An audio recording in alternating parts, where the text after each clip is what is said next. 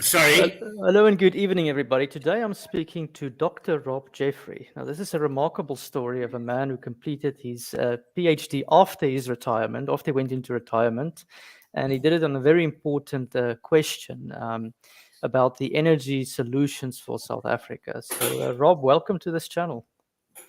Well, thank you for allowing me to join you. You're right. I did start it after I'd retired for a number of reasons. Because I've been working on and off in the energy field, funny enough, for about 40 years, because I was in construction, and I actually used to build various power station steel structures, which were included for Sasol, and then when I took over at Doorbell, I took over the construction of a number of major power stations in this country. So that was the background. If I can go back a little bit, I also had to do quite a lot of work on not just power stations, but the construction of the well, apart from Sasol, a number of other major infrastructure projects for major companies. And it ended on, I won't give the name of the company, but it's one of the biggest in the world, hired me to look at very specifically expanding their aluminium smelter and to look at the energy requirements of the country. I also had to do a major study for another company, government company, on what would be the impact of on the coal industry of by moving to renewables. And I also was asked by another major company to look at expanding their aluminium smelting into the country. Anyway, as a result of all those, I had a lot of experience in coal and in what was happening in obviously by managing company. I became a unique economist from the point of view that I was not only an economist because I became managing director of econometrics, but I was an economist who'd actually run major industrial and construction companies, which is a very strange change. But my basic degree was in economics. And that was my background until eventually retirement. And because I'm afraid Eskom had never listened to me, and by the way, the two major companies didn't go ahead with their projects. The one project was there, and it's still running, and I actually advised them. But I worked out what the cost was to the country of getting out of coal. And nobody seems to look at this. And in fact, I was one of the people who raised this whole question of energy sovereignty. Anyway, I've given you a brief introduction of my background and where I came from. And in the end, in desperation, when you sort of pushing 75 or whatever it is, you begin to wonder what to do. And I decided that I would do a PhD. And that, by the way, I was rather pushed into it. The names might not mean anything to you, but one was Philip Lloyd. He said, Rob, you really should get down to writing a PhD because you got an all-embracing knowledge. And secondly, Professor Rosemary Falcon, who was the professor of clean coal at WITS. And she asked me to come in to the Fossil Fuel Foundation. So I was a member of that. So that's a lot to unpack over there. So first of all, congratulations to have the courage at 75 to go and do a PhD. I'm in my 30s and I feel guilty for not doing one. So at least I've got still time to complete one.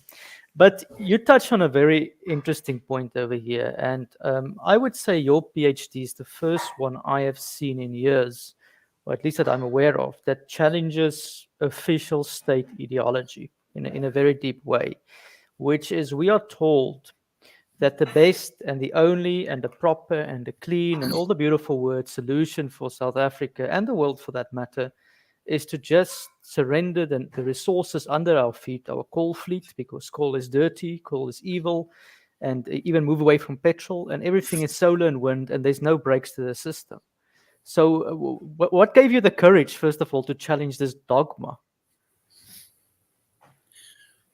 I've always been a bit of a contrarian, but I'm afraid... I'm laughing. My wife's laughing. I work things out by logic, and it's fairly logical. If you look at the thesis, there are really two parts to it. In fact, what they want, the one part deals with the climate situation, and just by the way, on that, I was more or less an amateur astronomer for some years and even lectured on certain aspects of it. So it's always been an interest of mine. And the second part had to do with costs. Yeah. And I can, just quoting South African figures, they come up with a cost of 62 cents per kilowatt hour. Now, the fact of the matter is that if you look at it,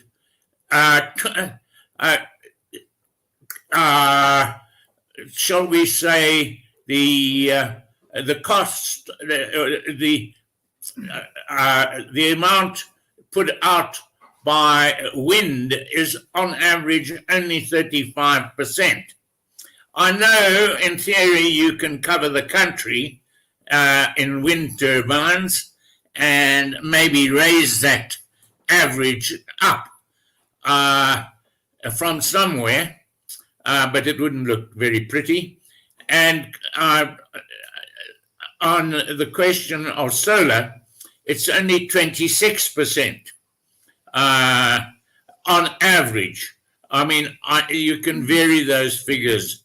Now, you cannot run an industrializing economy, and when I say economy, it's not a country. It could be part of a larger country, a region. You can't industrialize something on 26%. Well, the gist of it is that 74% of the supply is from something else, of dispatchable electricity, and it's got to be dispatchable. And wind, 65% is dispatchable. So you have to have 100% backup. and they never include those costs in. And and so, if you look at the second part of the thesis, that's basically all it does, is to look at, if you have 100% backup and it's got to be from a dispatchable source, then you have a very different situation. And we're not the United States, where they have gas. We would have to import the stuff unless we're lucky enough one day to get involved in shale gas, which, by the way, I also was involved. But anyway, I mean, and when you add all those costs up, you come to the, I'm going to call it relative costs that you find in, you got my articles, and you will see the relative cost in those fairly clearly. And I mean, you can't be competitive. Once you start becoming, we're an energy exporter at the moment. Were you aware of that? So even with Eskom? I'm sorry. Let's just go back a couple of years, right? Right. We were an energy exporter. We exported coal. Yes. Coal is energy. Oh, the Germans are still buying it at the moment, Sorry? The Germans are still buying coal from us. They're still buying the Sure. material. But, I mean, well, that's another discussion, by the way, a very interesting discussion. The Russians have done themselves a disfavor and us a huge favor. They were beginning to control, and China, by the way, the supply of electricity to Europe through solar panels from China and obviously gas from Russia. And slowly they were destroying the economies of the West as they decided to continue with this ridiculous idea of going ahead with renewables. And in one shot, the people now suddenly have to have a look at their energy sovereignty, which, by the way, was a paper I wrote, which actually found its way also, I believe, into the United States. And in fact, the president of the United States at that time told Merkel that she was slowly destroying Germany's energy sovereignty. So the critiques against, I would say, stop with it. I would say the critiques against energy sovereignty has always said, but it's a free market. It doesn't matter. What do you say to those people who say you can just buy gas from this country? There's 40 countries in LNG. This has gone off, Carol. Things of that. Carol? Yeah. Sorry, you hear me?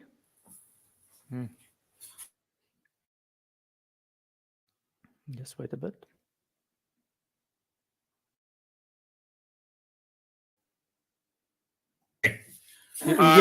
You hear me now? Sorry? Yeah, I can hear and see you. Okay, that's great. Question then is, what do you say to the critiques against energy sovereignty? They would argue it's a free market. You can buy gas from where you want. You can buy coal from where you want. There's just going to be an adjustment. Price will go up, and the free market will have it. How do you address that? Wars that have been fought over the last 200 years. Every now and again, something happens which changes the so-called free market. And you can't trust a free market is a great idea. but every now and again, things go wrong. One of the reasons Germany went into Russia was to try and get the oil during the Second World War. You know, I just don't.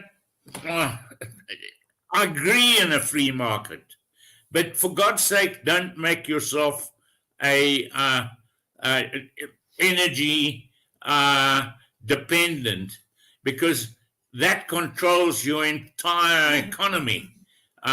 You must maintain your own independence to a greater or lesser degree.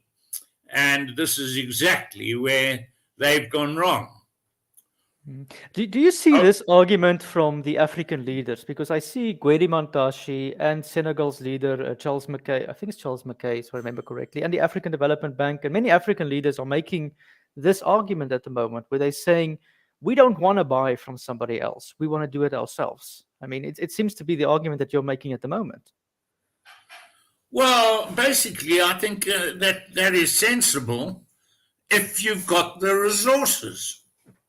You know, you've got the coal underground. If you've got coal or oil, you know, you should use it. It's a resource at this time, and you know, in 200 or 300 years' time, I'm sure everything will be on nuclear unless there are other power sources that come to being. I mean, I can think of a few. You know, the center of the earth is hot. We can actually have tidal power. There are a number of other sources. But, you know, when you're sitting in Europe, you really don't want to make yourself dependent on a potential enemy, which is Russia. I mean, that was just clearly Russia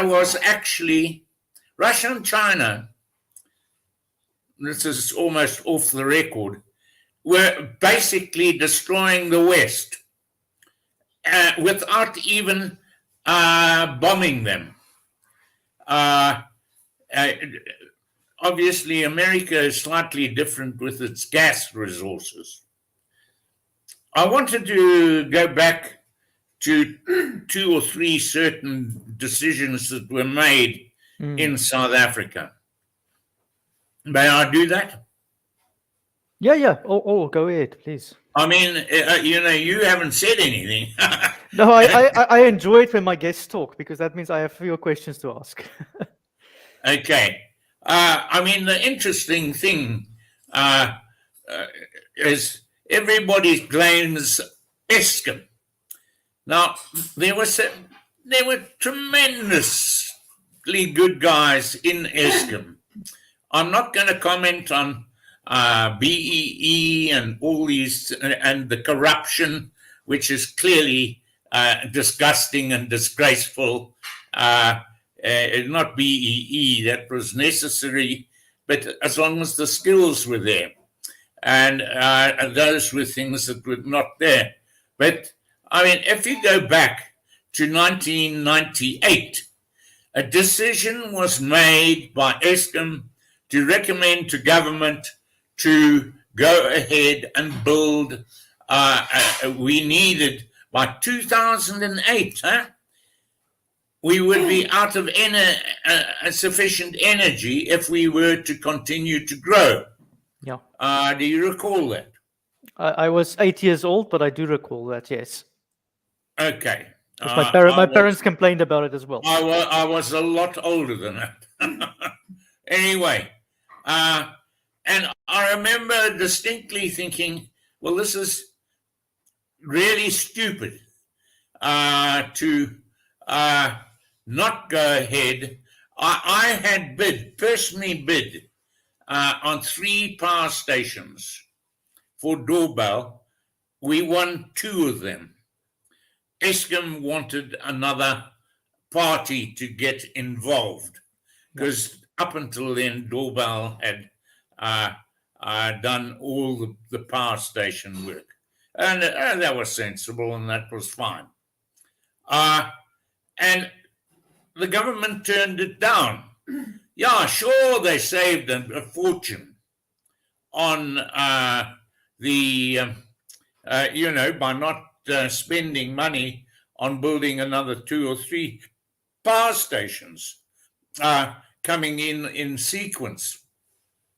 But the cost of not having power has cost South Africa trillions of rand. And I do mean trillions of rand.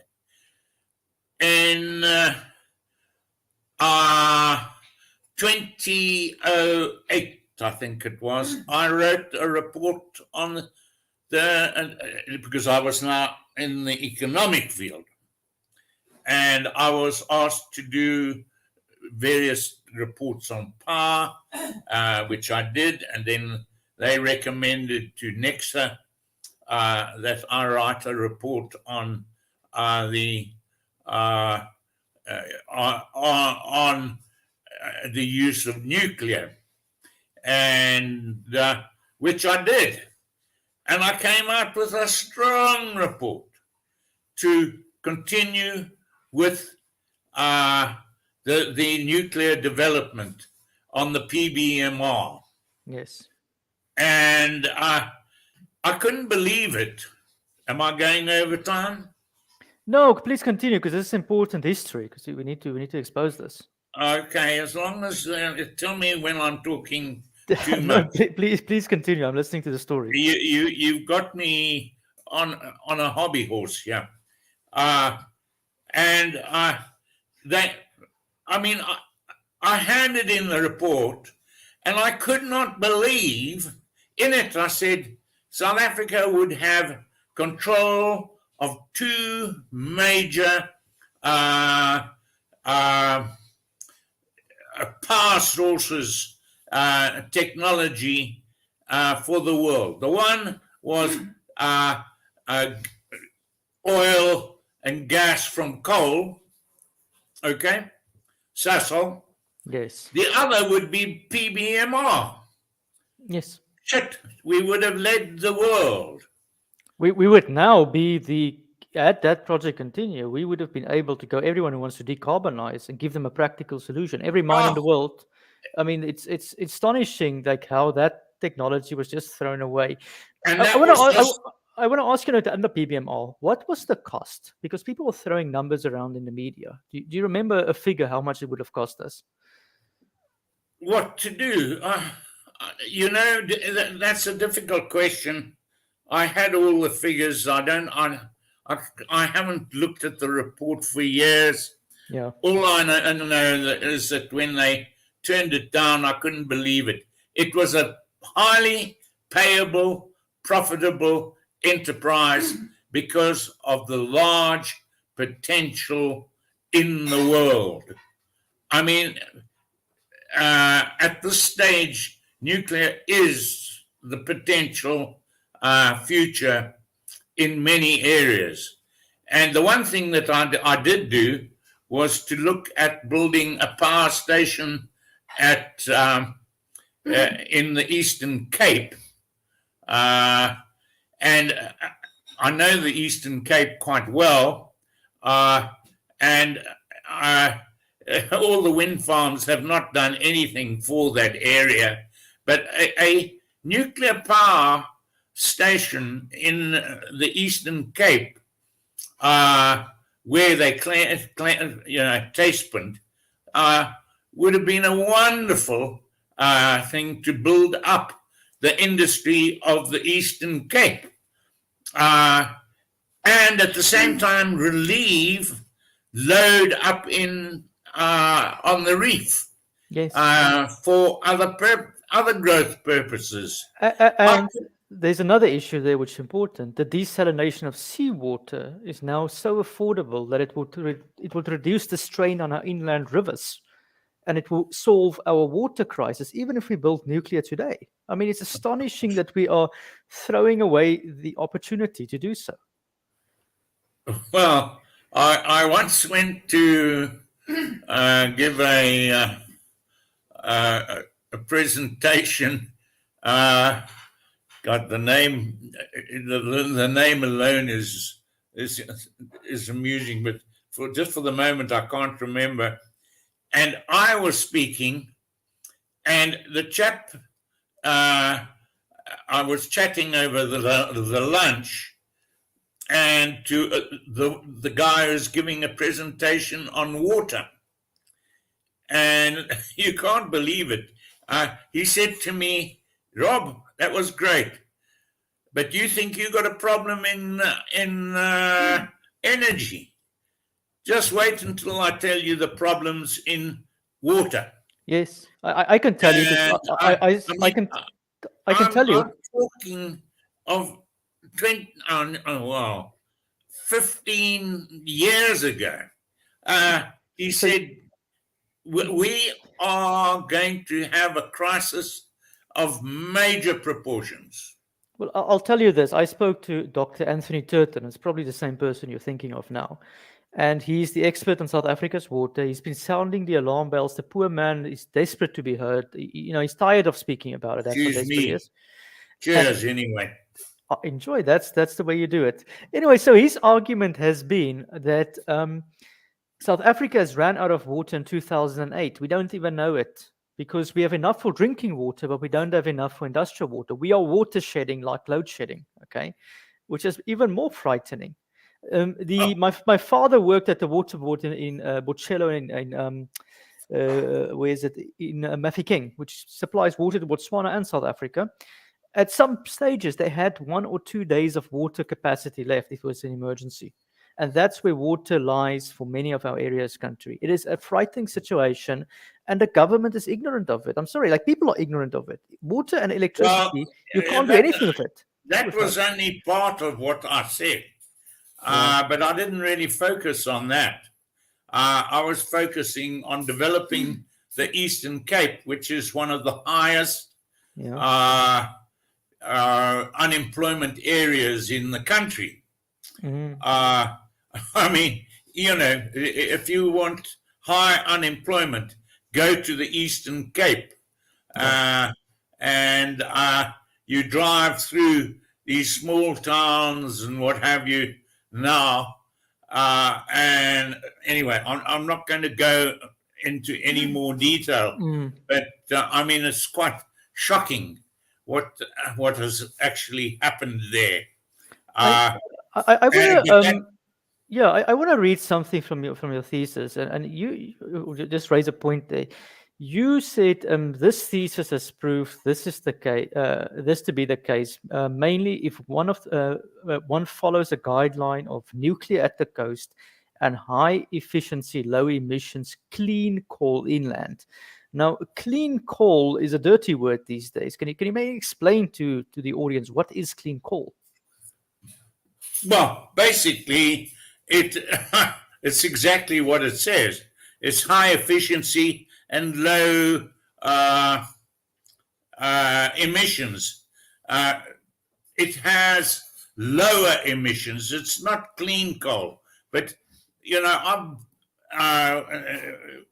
even when we were building, we were putting in precipitators to take out SOx and NOx and all these things. But you also have to try and get rid of carbon, carbon particles. I mean, those are bad. By the way, motor cars are particularly dirty because that is what they do. And I'm not saying that it's clean, but, when it's compared with what it was, you are really talking of a much cleaner coal burning than used to be the case. And that is where Rosemary Falcon is the person to talk to. I mean, she is a world authority on this subject. Wow. And apart from being very, very charming, she will, she knows what the efficiency is.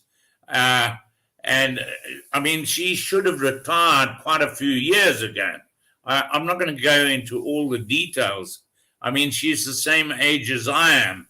I think she's pretty well 80 as well.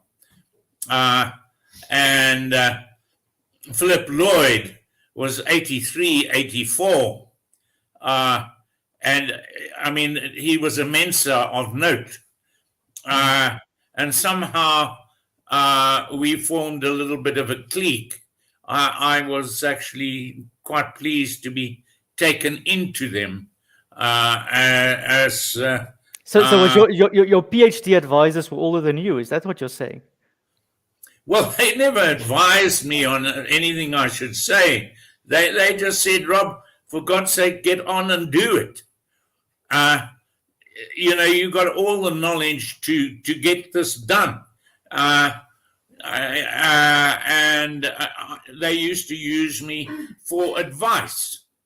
I mean, you know, I've advised, I don't know, well, you've got my CV, I think, Reserve Bank and a whole lot of people. I don't say I'm right. It's what I think. And what I think, and when I've thought about it a lot, I consult myself and decide that's what it is. And when I want expert advice, I go and talk to my cat.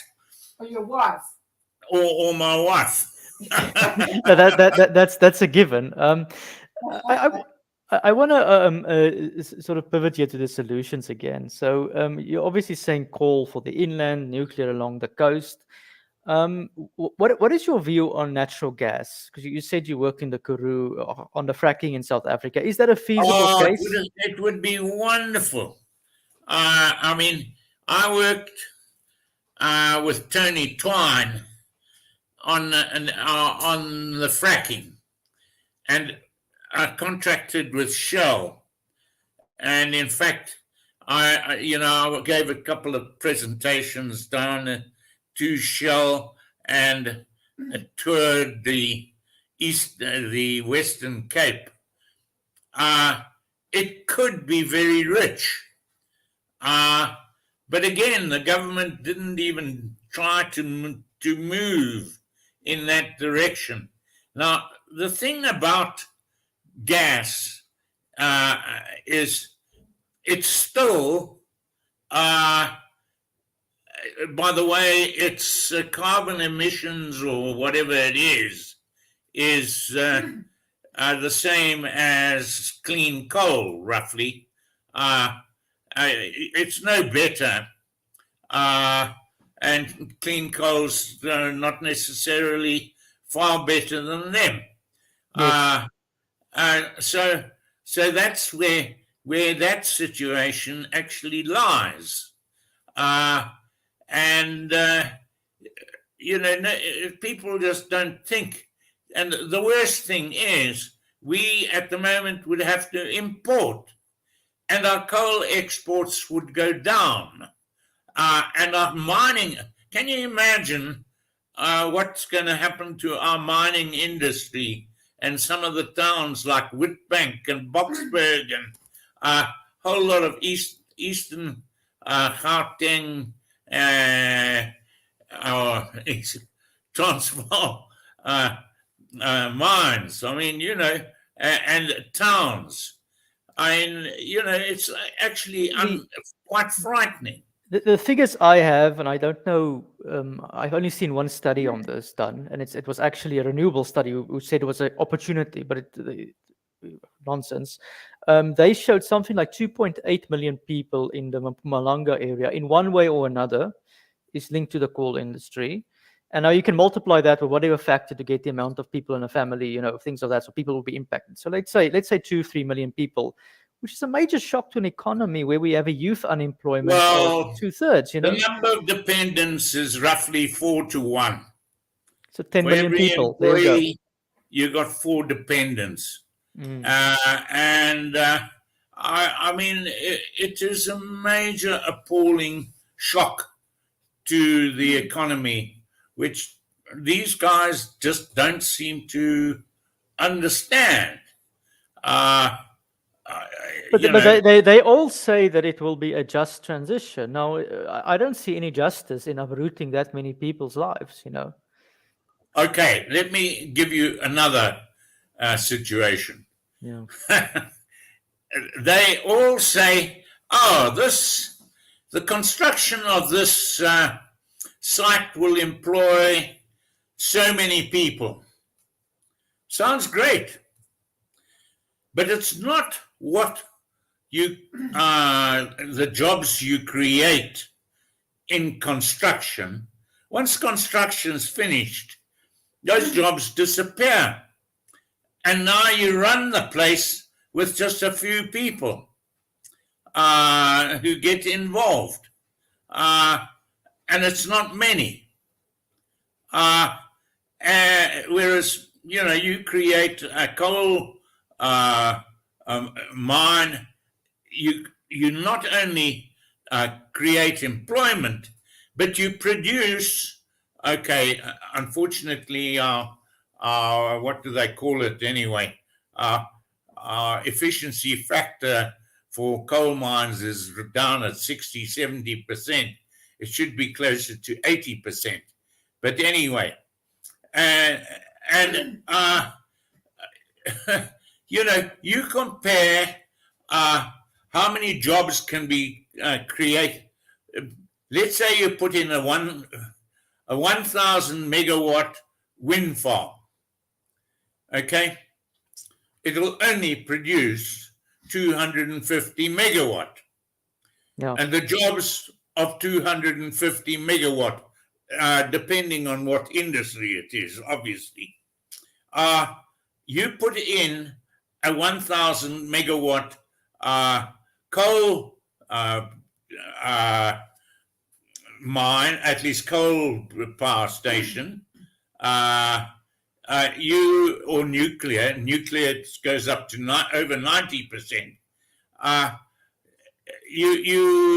You actually produce 700 megawatt, and that is the one that creates the jobs. Yeah. The other point I want to add here is this. Is bugger all. Yeah. The other point I want to add here is this. A nuclear staff tends to be more skilled by the nature of the technology, okay? So it's actually a way, and in France is one of the few countries where you can find a high-skilled job in the countryside, and it's related to the nuclear industry, which is rare if you think of it for many countries in the world. So it creates value to those communities, and it's not a brain drain to the cities, which is what occurred in many places around the world. Sure. And those arguments are never had. And then the other thing is, which I'd like to get your view on, is I don't know what the life cycles are for solar and wind. I'm trying to find that all over the place. It's not the 20 years that they claim. Is it? And that's my other question. Are you going to have to rebuild them in a decade or so? What's this? Yeah, funny enough, the figures appeared in the paper tonight that I just happened to see, or one paper I saw. A coal plant should be, a coal-fired power station should be 30 years. And by the way, nuclear is about 50, 60 years. But with extensions, you can get nuclear up to 90 years. And with improvements and so on, coal-fired power stations will go up to 60 years. That is something, 50, 60 years. That is something that comes into my costings, by the way. Whereas, that is not true of wind or solar. you have to replace panels. You can't just refurbish them. As far as I am aware, I'm not going to. I No, don't want to be. look, my view on the circular economy is that the only thing you can recycle, okay, thus far is aluminium, as far as I know, 10 cans, maybe, because there's metals in it. And there's another one you can recycle that they don't want to mention, nuclear waste, because it's still decaying. There's still something in there. Plutonium can be Oh, reused. yes. I talk to Kelvin Kim Yes. quite regularly. You speak to him, I take it. Yeah, well, I talk to him fairly regularly, and we try and cooperate on certain things. And I also work with Leon Lowe, and we all are roughly in agreement. I find some of the nuclear guys are over-nucleared. I'm sometimes guilty of that because I'm qualified in nuclear, but I've accepted coal to be part of the inland solution You've because got to go have coal, just because it's there. well, not just there, because the only turnkey technology for nuclear at the moment, and the nuclear guys don't like hearing it, is good old pressure water reactors. Okay, it works. It might not be the Yeah. most efficient theoretically, etc., etc. All these arguments, but it works. And if something works, as an economist, you would say, do it. Don't develop a new thing, right? And that's the problem I have with some of the nuclear people. They're all into advanced reactors. Now, I'm not against them. I'm in favor of them. But while you're developing and R&Ding, build something that works. And they don't like to accept that sometimes. That's my critique against them. Well, anyway, it's quite interesting because I say to them, you over nucleared. Give coal a place, and hence my comment was very clear: nuclear at the coast, and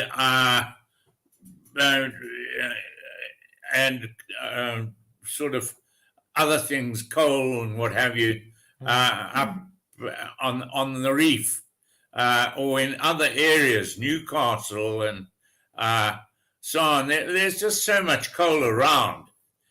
You may as well use it. So the other question I want to ask you is on a question between what South Africa should do now. So let's assume tomorrow Eskom gets the best managers and engineers, and we have a competent team there. Should we build new coal, or should we maintain our existing coal, or how would you approach the problem? You slowly have to move to clean coal. You can't just renew what is there. By the way, if you ever look at the figures for China, just as an example, they are building hundreds of coal-fired power stations. I mean, it's literally a lot. Yes. But be careful. I'll tell you, they're not new power stations necessarily. A lot of them are actually replacement stations to replace dirty coal. That's interesting. It's not actually published very much, but a lot of those power stations are not scheduled to be new power stations. They are there to replace some of the dirty stuff and make them more efficient. So they add capacity to the grid by just upgrading them, basically. Well, they upgrade, and sometimes they don't increase capacity in certain areas. It's just being upgraded to get rid of the pollution, which is very sensible. And let me tell you, I'm an environmentalist. In fact, at the moment, I'm working on my photographs of game and all that. I've got 10,000 photographs I'm trying to go through because I believe very powerfully that we have to clean up the planet. We got to be careful of producing so much plastic, this, that, and the other. And funny enough, again, it was something just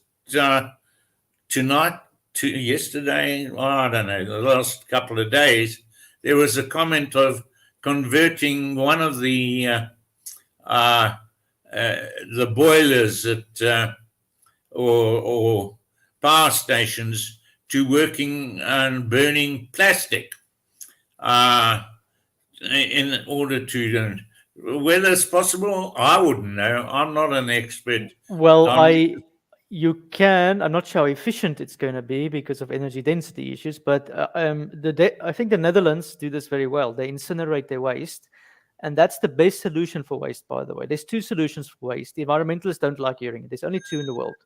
You either landfill it, like we do in South Africa, because you keep it underground so it doesn't spread, or you incinerate it and you get a little bit of energy out, but then you create dioxin, and you have to handle that. Okay, and there's some. Yeah, well, this is the point. By the way, just about if you go to, let's just take wind. The bearing of the blades alone is a major problem. You cannot destroy or reuse a lot of that material. And it's poisonous, it's toxic. And the same thing happens with certain solar panels. I'm not sure of the technology of it. You, I'm sure, would know a lot more. I've not gone into that. I tend to look at things on an economic basis. Well, I would say engineers like myself. I'm a hobby economist, if I can say that way. I've never had training in economists, but it's the subject I've read the most outside of engineering, because I think a lot of engineers are too obsessed with the technology and not obsessed and not looking at the cost. Having managed them, I happen to agree. Salesmen are too keen on their sales. Financial guys are too keen on their finance. I mean, I've managed them all, and I've managed big companies. My company had 5,000 people at one point. I don't know how much that would have been. I want to ask you a question on that, given that you work in construction, because I'm a civil engineer, so I'm also in construction, but I do design and planning at the moment. I'm more and analysis. I'm more on that side, although I've done site experience. Do you think South Africa still has what it takes to build at the rate we built when you did it? No, and it's something that I've discussed with a couple of my ex-colleagues. Who I was appointed very young to run this thing. Most of my colleagues were 10 years older than me. It was strange. I was sort of 30, most of them were 40. And actually a hell of a lot of them are now dead. It's something that happens, you know. And yeah, it's quite frightening. I wanted to come back just a moment to my thesis. The reason why I was actually asked to take out the whole of section 1, which dealt with climate change. Yes. And I know why. Because obviously to some people this is this is heresy. I mean, you already talked about coal, and now you're saying Valentina Zarkova is correct. You're not allowed to. And I was told to concentrate on the second part, and I said, I'm sorry, it doesn't go fit with me, because actually the reason why everybody's wanting this to happen is because of the so-called climate situation. Now, I'll tell you now that the climate situation is, and I've been in contact with a number of people, and by the way, thank you so much for sending my stuff on to Zarkova. I was most impressed. Of course, I quote her some length. Well, she said to me she's going to take your article and publish it or talk about it in her conferences. So she's using this as an example of, because she's a solar physicist, but she's been saying what you said in at least theoretical terms. She didn't make the economic arguments. But well, that's very interesting because you see, when I read Zarkova, I thought, oh, now that explains all those things that are happening. And I know that the sun has many cycles. Everybody knows that. It's not just the 10 or 12-year cycle for, what are they? Anyway, there's a 50-year cycle and a 150-year cycle. And if you look at all the work that is done, they will quote temperatures from about 1850. And that was the start of the warming cycle. It's a little ice age. It starts from the ice age. And of course it's getting warmer. I mean, it's absurd. No, 150 years.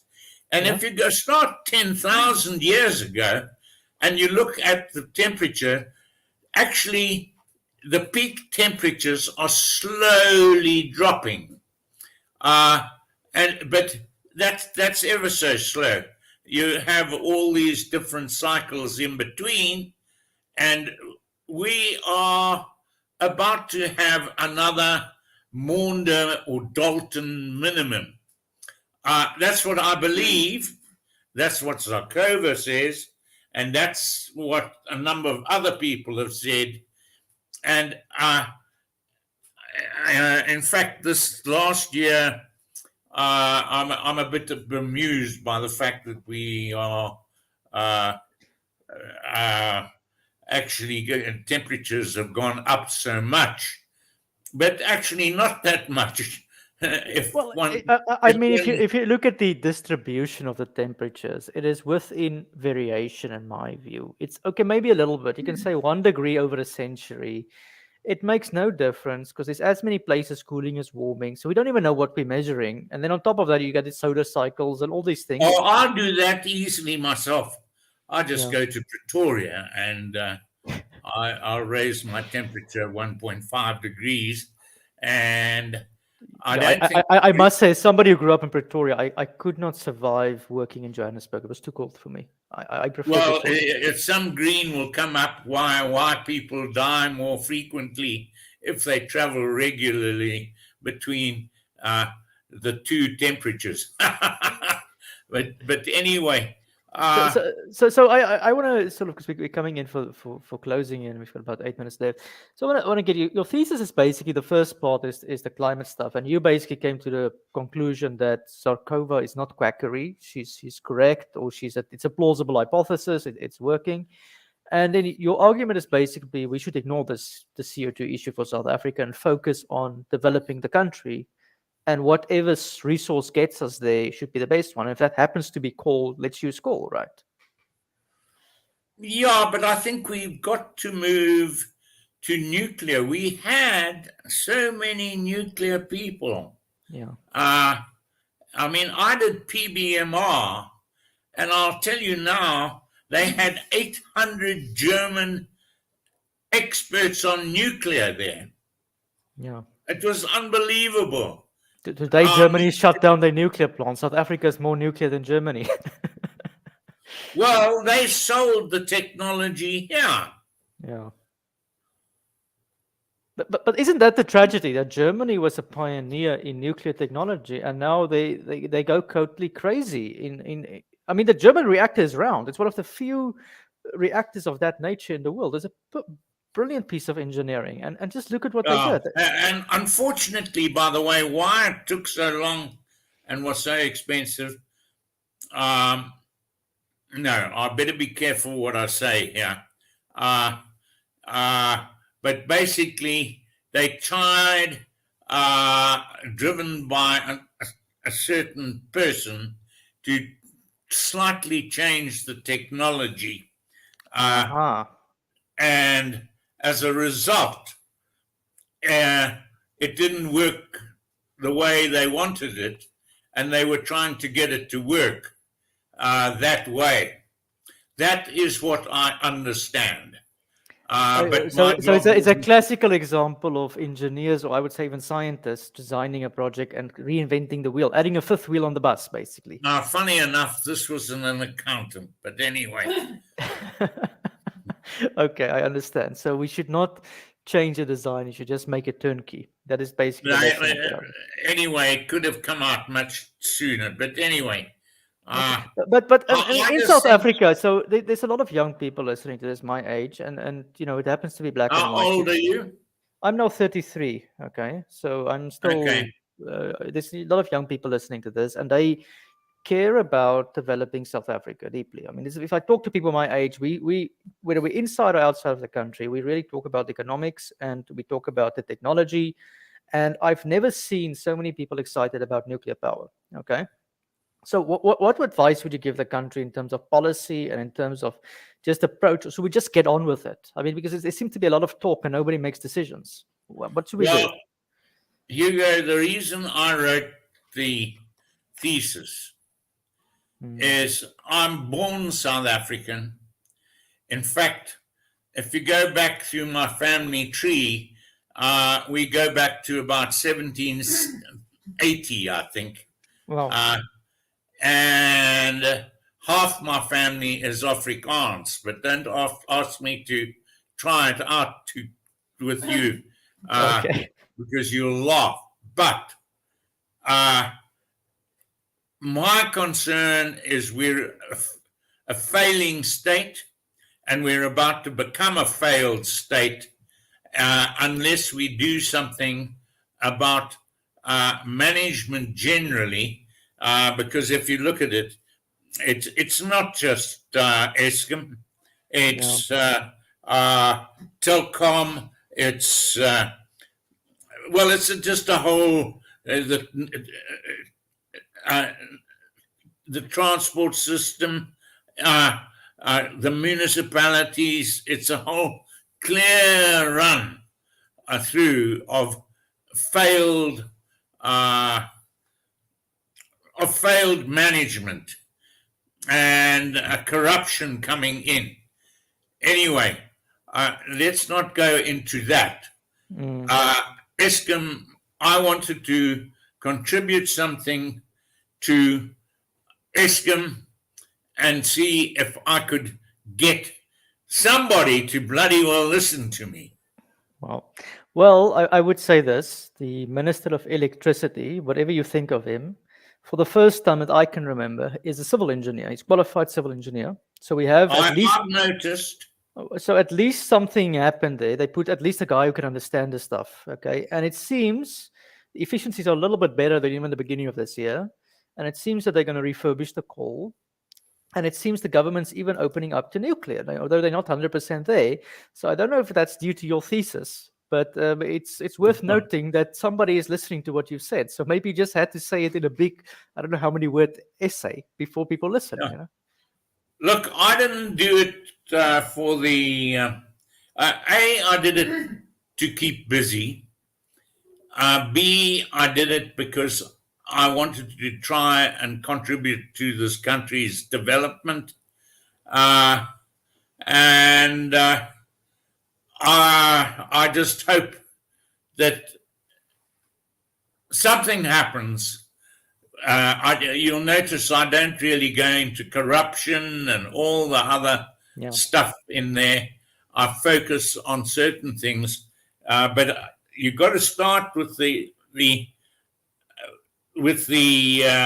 actual climate situation, which of course is a load of hogwash.